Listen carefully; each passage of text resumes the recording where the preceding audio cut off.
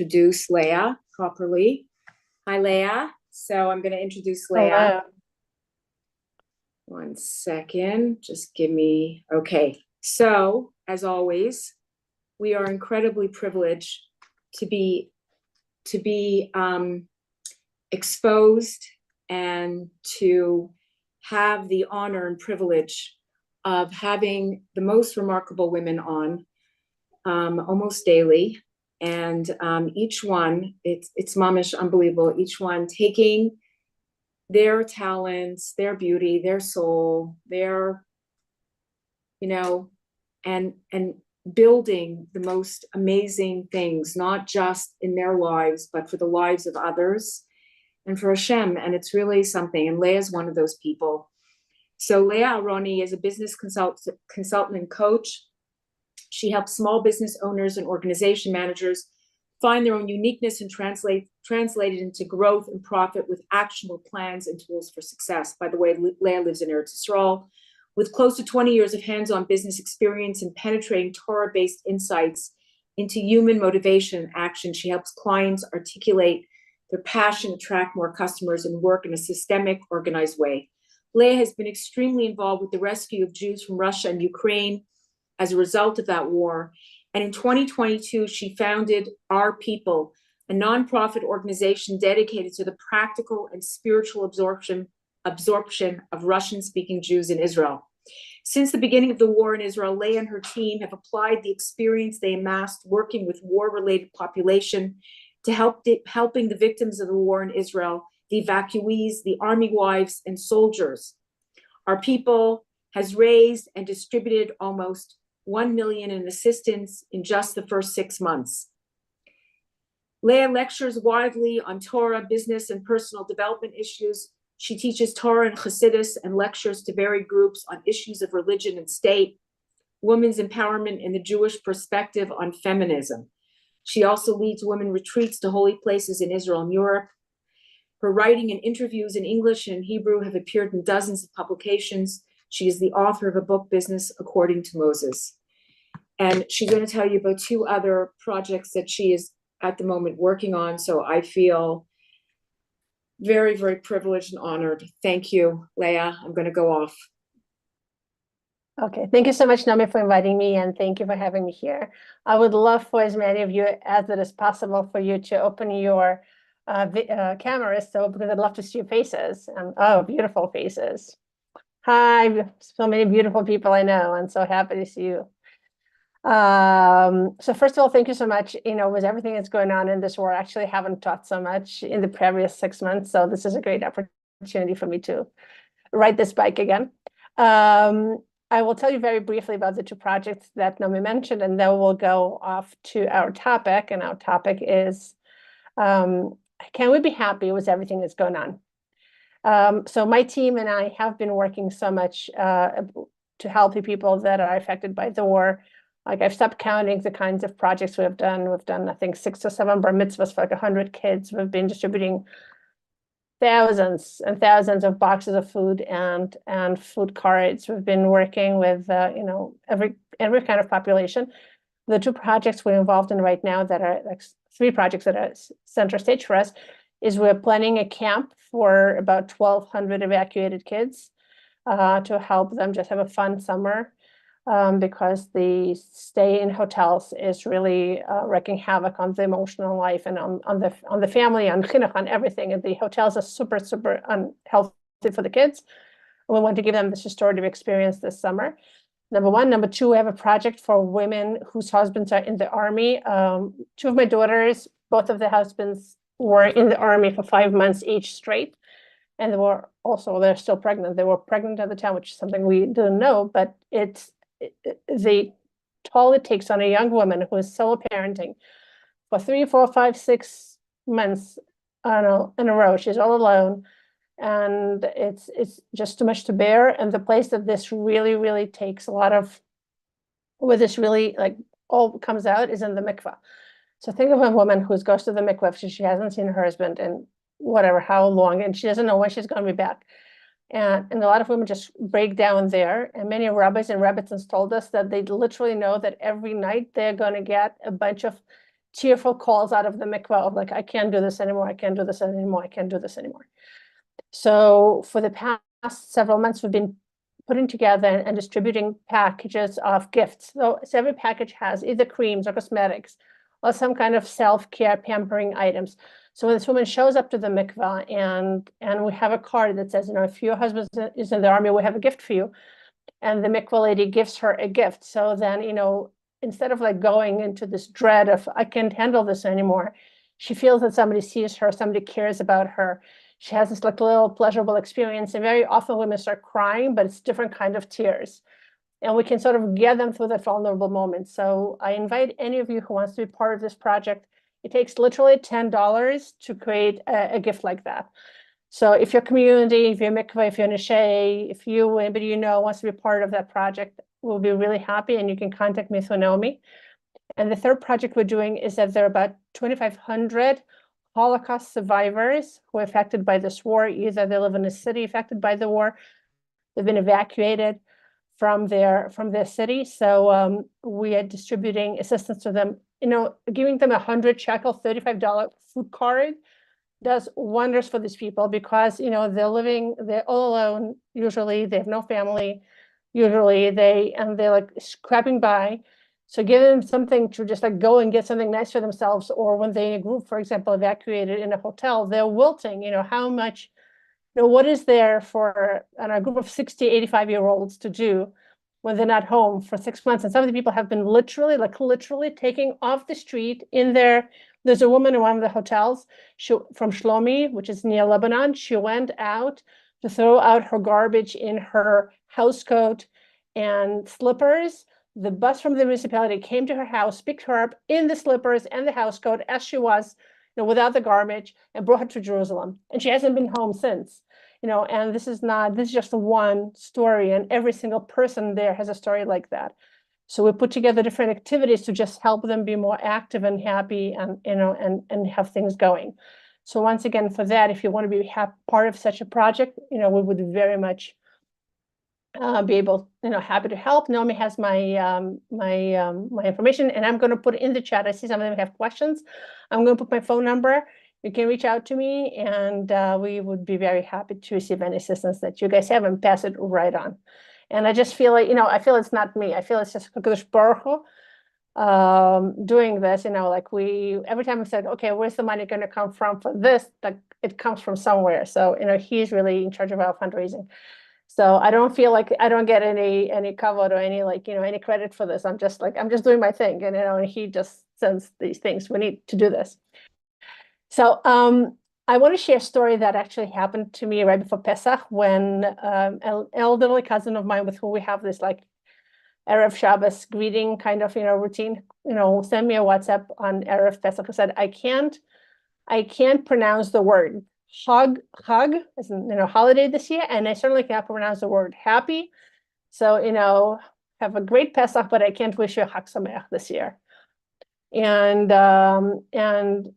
he's in a state, 6 months into 7 months into this war, where he can't, even say happy.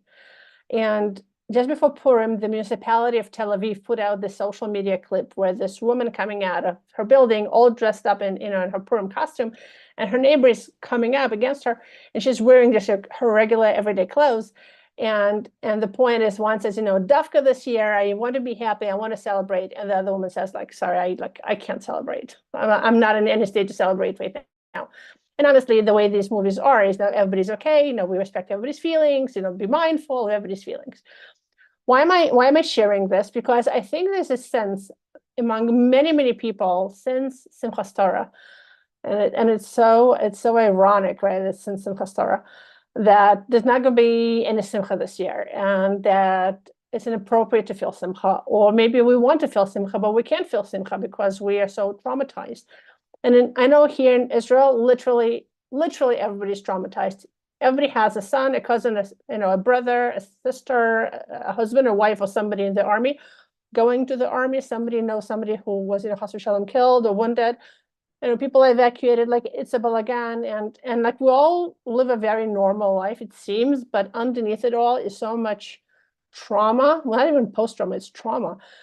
And we all know this is just the promo. We're not, this is just like, this is just the preamble. We haven't gotten to the real thing yet, because we haven't taken care of Lebanon yet. So we all live in this like seeming normal life, but it's anything but normal. And also in Chutz La'aretz, I know, in America and in Europe, with all the anti-Semitism and with everything that's going on in the past 7 months, which I don't have to tell you, I think people have sort of lost any kind of sense of normal. Now, I think, I'm going to point out the silver lining. I think the fact that we're so traumatized and so surprised and so taken aback by the events of the past 6 months is actually a good thing, because it means that it's not normal for us. But I just want you to realize that 100 years ago, okay, in Ukraine and Europe and Poland and Russia, where most or many of our grandmother and grandfathers came from, 1,200 people is a medium-sized shtetl. And there were pogroms on medium-sized shtetls like every day of every week, and it didn't appear on CNN or NBC or whatever, but for our grandparents, the fact that everybody hates us was like as natural as breathing. They weren't surprised. It was very, very normal for them. And unfortunately, pogroms on just like on a regular Wednesday, just because were just a thing, if they're part of life. So the fact that we're so shocked, dismayed, traumatized, and like out of our thing, so many months later, just shows how good we have it. Like for us, this is not normal. So I think Dafka, this huge tragedy, and Chas v'shalom, I don't want to, to minimize this tragedy in any way, shape, or form. But I think it underlines just how lucky we are to be living, in the generation that we're living in the parts of the world that we're living in. And B'ezrat Hashem, I think I really hope we can take this feeling of, how lucky we are and now experience it in more happy circumstances. So having said that, on the one hand, we all feel, some kind of dread, unhappiness. I don't know, maybe I don't know. Is this relevant for people, or is everybody okay on this call? And like nobody knows what I'm talking about. Yeah, Leah, don't even have to, just go ahead. We all know. Okay, you all know. Good. So I just want to make sure we're all in the same boat here. Okay, so on the one hand, we're all experiencing this very hard feelings. Okay, on the other hand, we have a mitzvah. Okay, that we just read in the Tehillim of Ivdo et Hashem b'simcha. Okay, and there's a very famous perush in Sefer Devarim, where Hashem says, "Tachad asher lo avat et Hashem elokecha b'simcha ubetuv levav mirov kol," and then we get 98 klalos. We get 98 curses. And why is Hashem cursing and doing horrible things to the Jewish people? Literally, like the worst things. No, the Holocaust is all in there in those curses, like literally the worst kind of decimation. Well, what did we do to deserve this horrible atrocities? You weren't happy. You didn't serve Hashem with simcha. It's not that you didn't serve Hashem. You served Hashem, but you didn't serve Hashem with simcha. You didn't serve Hashem with gladness and happiness and a happy heart. So because you didn't serve Hashem with a happy heart, okay, well, let's, if you have nothing, if you cry over things you shouldn't be crying on, I'll give you something to cry about, that famous mother line. So Hashem is applying that to us. And we know that Chazal say, there's a pasuk in Tehillim, Or ze'u le'Hashem u'le'shrei lev simcha. When do you have a simcha? When you have a yashar lev, and your heart is straight and aligned with Torah values, right? So it seems to be with alignment with Torah and values is supposed to make you happy. So then what do you do? Okay, like what do we do with all these difficult emotions that we have? Like, are we just supposed to stuff them and put on happy faces and be like, oh, well, it's a mitzvah to be happy, so I'm going to be happy and I'm going to put everything under the rug, sweep all those hard emotions under the rug? Obviously, that's not what we want. That's just called numbing it, right? That's just numbing emotions. And those emotions don't go anywhere. There's only that much room under the rug. Somebody said, like, the rug is so full that like, it doesn't take any more. We can't really stuff those emotions anywhere. We have to be with them. So how do we live, on the one hand, in a world of difficult events and difficult emotions, and on the other hand, we have simcha and we serve Hashem with simcha, and we have sayings all over our holy books that simcha is what opens the gates. Simcha is what makes our life great. Simcha is the way for success. So what are you telling me? Dafka, when I'm in a hard spot, when I don't have simcha, that's when I actually have no keys to get anywhere? How does this even work? Okay, so I want to suggest something that I read this year that really made a lot of sense to me, in the way that was presented so clearly. And in psychology, there are many different ways to categorize the basic emotions, okay? Basically, the different approaches, but one approach is that there are 4 basic emotions that we feel, okay? And the 4 basic emotions are mad, sad, scared, and glad, okay? And every emotion is some kind of a subcategory of mad, sad, scared, and glad, okay? So mad, we all know that's angry, you know, being angry at something. Sad, we all know what that is. Scared, we all know what that is. And glad is being happy, okay? But here's the thing, the emotions that we feel, and this is a very important point to understand, this is the crux of this conversation. The emotions we feel are usually not usually, they are related to an event, okay? For example, your best friend calls you and says, hi, my daughter just got engaged. Oh my God, I love you so much. I'm so happy for you. Like your heart is just exploding with love and happiness for this friend of yours and her family and her daughter, right? Okay, how long does that happiness last? An hour, 2 hours, 3 hours, a day and a half? You know, maybe 2 days later, you're not there anymore. Like, right? How long does that last? And even sometimes sometimes we think like, when I reach this goal, I'll be happy. Last year, we ran this camp for kids, for Russian kids, for immigrant kids. And I worked so hard for this camp, and there was so many obstacles and so many challenges, and raising the money and getting the permits and not getting it was like, oh. So finally, these kids we have a camp, right? Like we went through all the obstacles, we slayed all the dragons, we show up, and the kids show up, and like, I'm not happy. I'm supposed to be happy now. Like I've worked with this for 3 months, right? So like, where's the happy moment? Okay, why am I not happy? Okay, we all have this when we think this, like when I reach this goal, when I'll reach this thing, when I'll do this thing, I'll be happy. And then we reach that thing, and sometimes we are not happy. And sometimes we have to, it happened. I need to remind myself. I actually have something this month. You know, something I've been also working for a very long time, for like 2 years. And I got then, and I'm like at the thing, and then I'm like, I have to be happy now. Like this is what I've been working for, and I have to like literally remind myself to be happy and to like work on those happy feelings. Okay, and like, but once again, like a few hours later, you know, that happy feeling dissipated, because emotions are fleeting. Emotions are something we feel in the body. You know, it's like a feeling. We feel it in the body. It's fleeting. You know, once the event is gone, it's gone. And it's true for good emotions, you know, happiness, and it's also, I mean, all emotions are good. There's no such thing as good, but you know, I say happy emotions and hard emotions.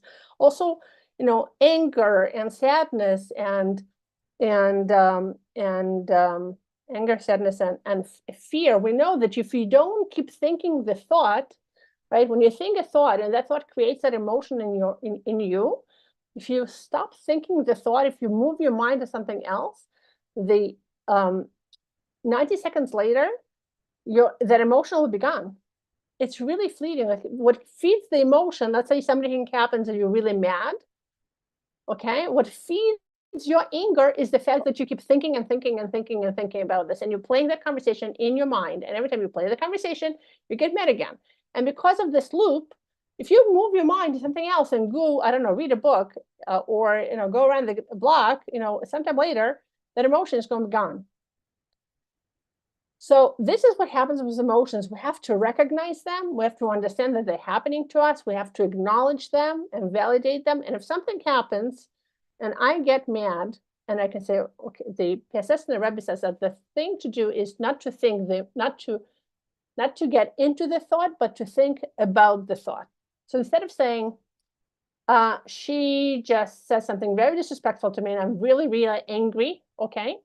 And how could you do it? How could you say it? And she's such a horrible person, and she said it, and and go into this whole thing. What you should be doing is saying, okay, somebody has said something painful, and I'm very upset about it. And when you think about not the thought, but about the thought, and you sort of reflect it to yourself, that's the way to make it calm down and then, and process it.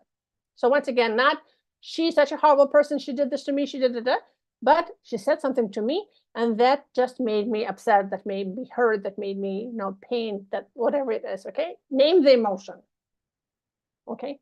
But when our Misora talks about being happy, it's actually not talking about emotions. What it's talking about is an outlook, because each one of these emotions also has a parallel outlook, okay? And this outlook really, really shapes how we look at the world. So let's look at this. Okay, we have sad as an emotion, but we have an outlook of depression.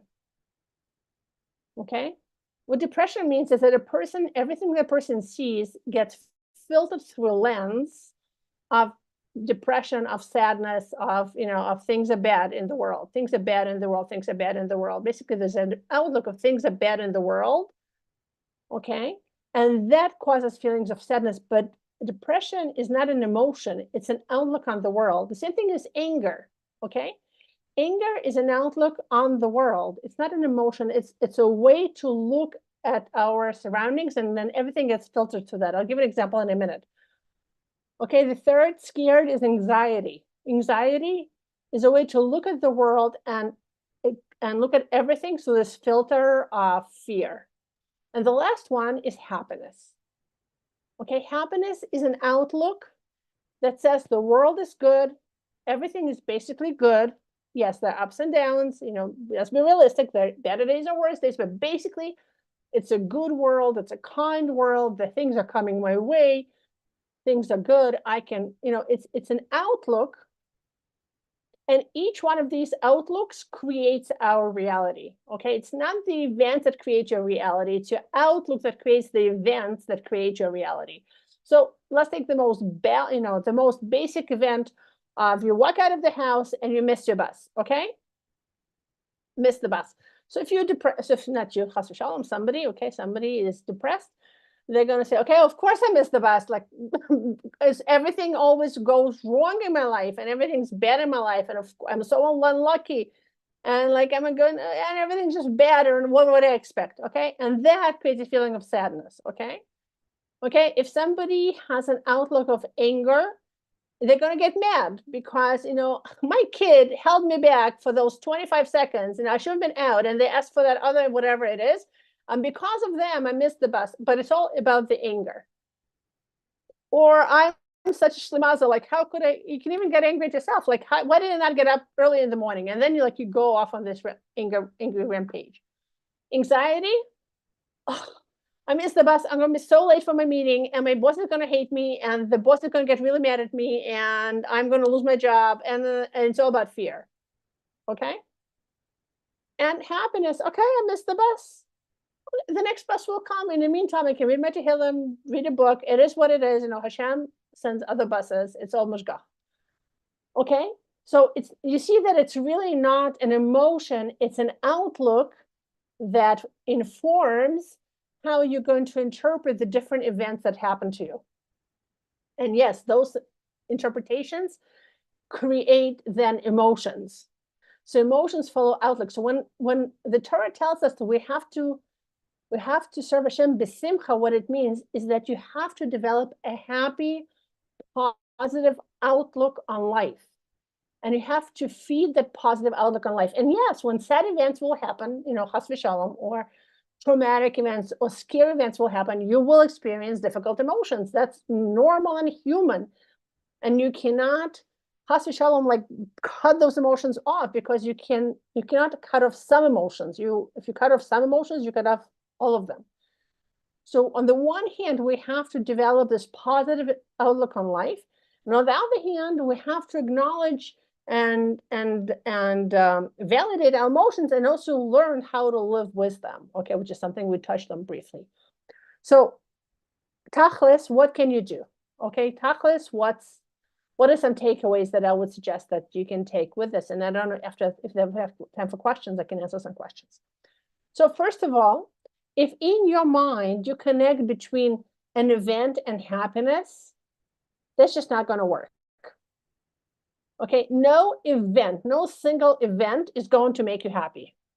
Or if it does make you happy, it's going to be a very transient, temporary happiness. It's not going to last more than a few days, hours, weeks.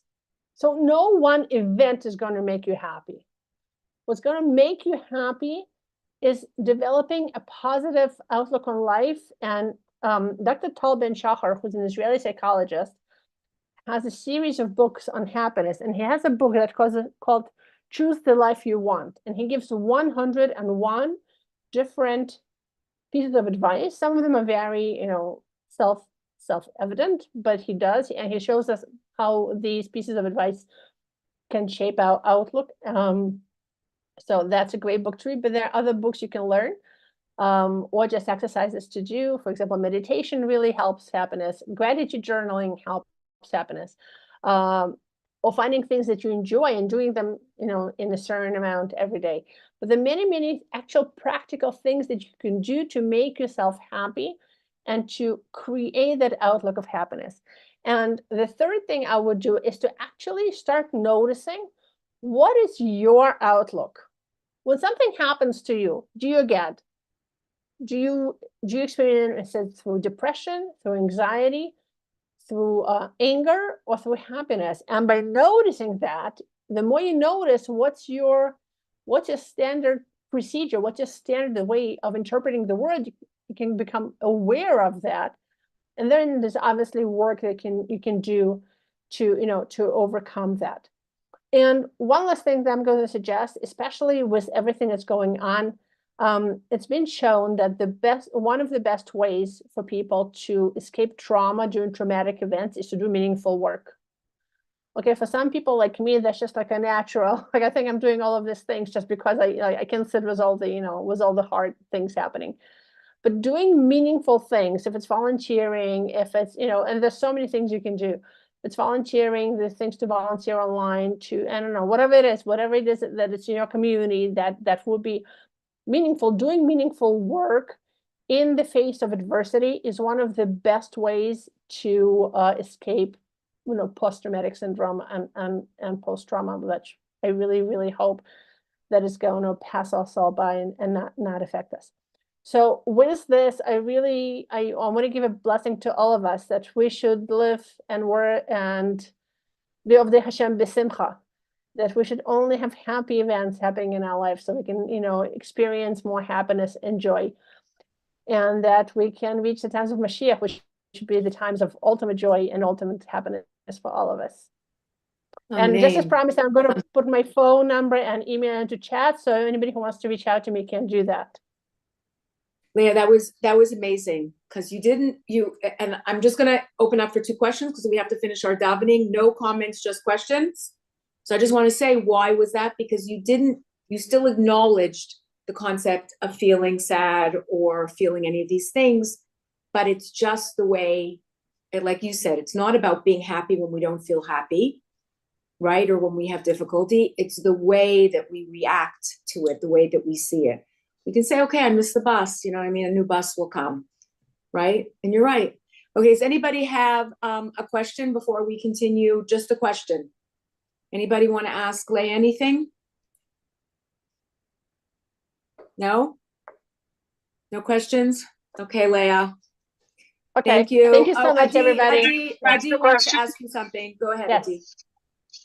Okay, so thank you so much. I want to know, on a practical level, how do you change that? Like, I feel like I get stuck in it.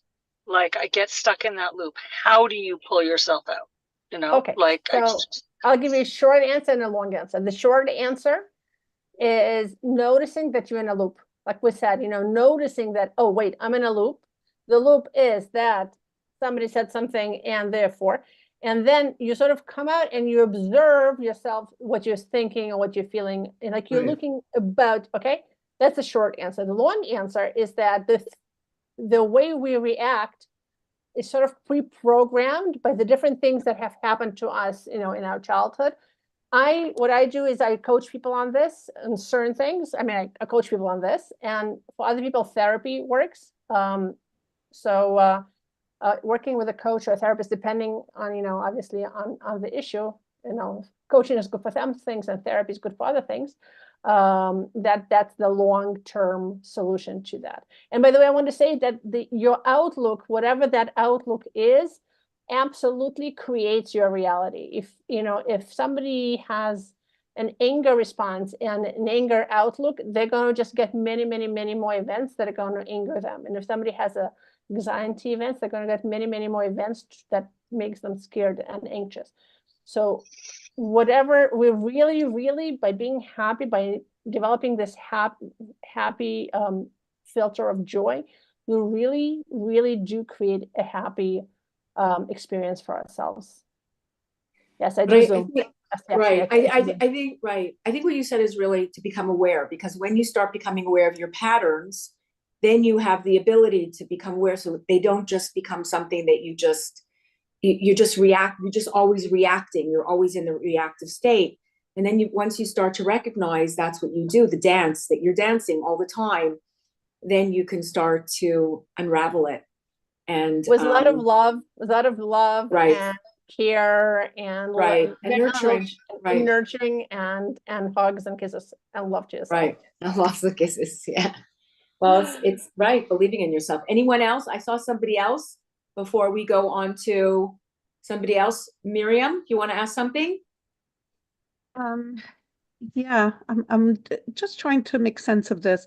Like, on the one hand, we're supposed to be crying out to Hashem. On the other hand, we're supposed to be besimcha. There are contradictions. Now, I know it's all about the dance of life. We're supposed to go back and forth.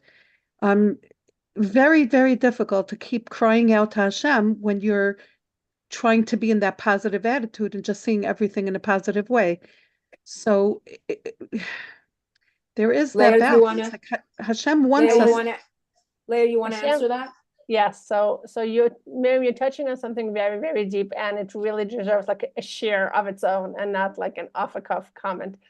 The Baal Shem Tov actually has like whole explanation, which I really don't want to go into because I can do it justice in a minute, of what it means to cry out to Hashem and how it happens. And when we cry out to Hashem, that opens all the gates. So maybe we'll have to reschedule this for another share for another time. But that's a very good moment. But also, by the way, we should be crying out to Hashem, but actually Simcha opens gates that sometimes other things cannot open. So Simcha is actually being besimcha, especially when you choose that Simcha and it doesn't come to you naturally.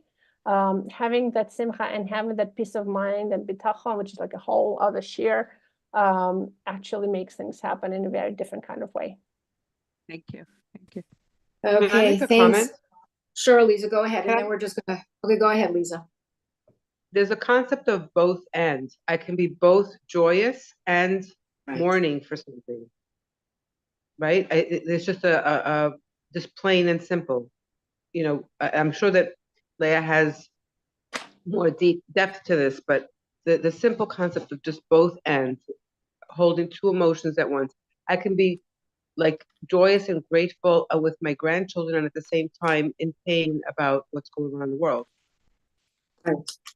Right. But that's exactly what she was saying. She was saying it's about the outlook. It's not about the emotion. That's exactly what Leah was saying. It's not about the emotion that you're experiencing, about the outlook. The person that was asking the question felt that it was hard to go in and out of the emotion.